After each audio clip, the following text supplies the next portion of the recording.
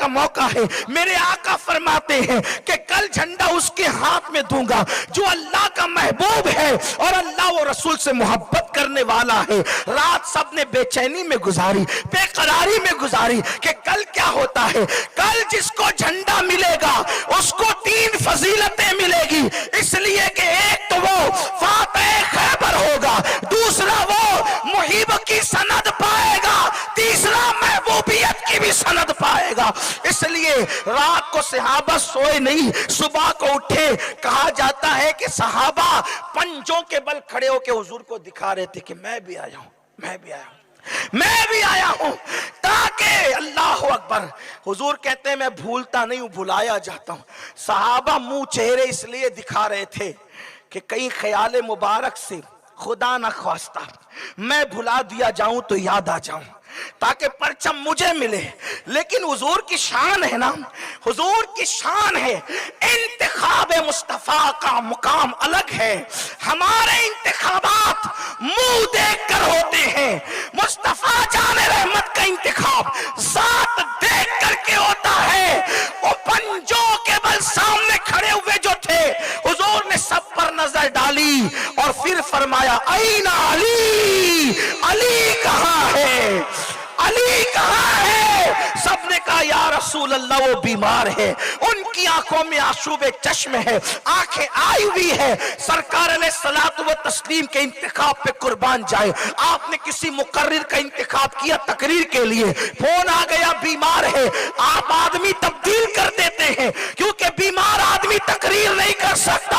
तकरीर के लिए जितनी ताकत की जरूरत है उससे ज्यादा जंग के लिए ताकत की जरूरत है। वो और है बीमारी की वजह से जिनके फैसले बदल जाते हैं, मुस्तफा जाने रहमत की जबान वो है। मेरा इमाम कहता है वो जबान जिसको सब कुन की कुंजी कहे, उसकी नाफिज हुकूमत पे लाखों सलाम। अल्लाह अकबर। अंदाजा तो फरमाए मेरे प्यारे आका अलैहिस्सलाम के दीवानों, जब कहा गया आका बीमार है, और बीमारी भी कौन सी, पेट का दर्द नहीं, सर का दर्द नहीं, पैर का दर्द नहीं, सबसे मेन चीज है आंख के अंदर आशूब है, आंख के अंदर दर्द है और आंखें लाल लाल है, खुलने को तैयार नहीं। सरकार से जब कहा गया आका बीमार है अली, सरकार ने फरमाया बुला करके लाओ अली को, मेरे पास बुला करके लाओ अली को। जैसे मेरे मौला तशरीफ लाए, पूछा अली क्या हुआ, और क्या हुजूर आंखें आई है, नबी ने लुआब निकाला अली की आंख में लगाया। अली कहते उसके बाद से जिंदगी में मुझे कभी आंख की तकलीफ नहीं। अगर लुआब मुस्तफा पर गुफ्तगू हो तो पूरा वक्त इसी में चला जाए। बोलो हुजूर के थूक का ये हाल है, और पसीने का क्या हाल है, इसको खुलवा दीजिए, पसीने का क्या हाल है हुजूर के। पहली बात तो ये है दुनिया के अंदर ध्यान देना, दुनिया के अंदर बड़े से बड़े खूबसूरत कितने भी हैं, जब उनको पसीना निकलता है तो बदबूदार निकलता है, फिर उसके बाद पसीना बेतरतीब निकलता है। मैं थोड़ा सा खुल के तफसीरा करना चाहता हूं क्योंकि देहात के बच्चे भी बैठे हुए हैं, कुछ खवातीन भी है। जवान तो समझते हैं देहात का हो कि शहर का हो, लेकिन जो छोटे बच्चे उनको समझने में दिक्कत आती है, मगर मैं अपने बच्चों को भी समझाना चाहता हूं। पसीना निकलता है तो बगल से निकलता है, पसीना निकलता है तो जांग से निकलता है, पसीना निकलता है तो जोड़ जहां मिलते हैं वहां से निकलता है, और निकल करके बहता है और किधर भी बहता है। अब ज़बान हया खामोश है, कहां कहां बहता है, लेकिन ये मेरे नबी की खूबसूरती है, ये मेरे नबी की शान है। हुजूर को पसीना निकलता था तो बेतरतीब नहीं निकलता था, और निकल करके कभी बहता नहीं था।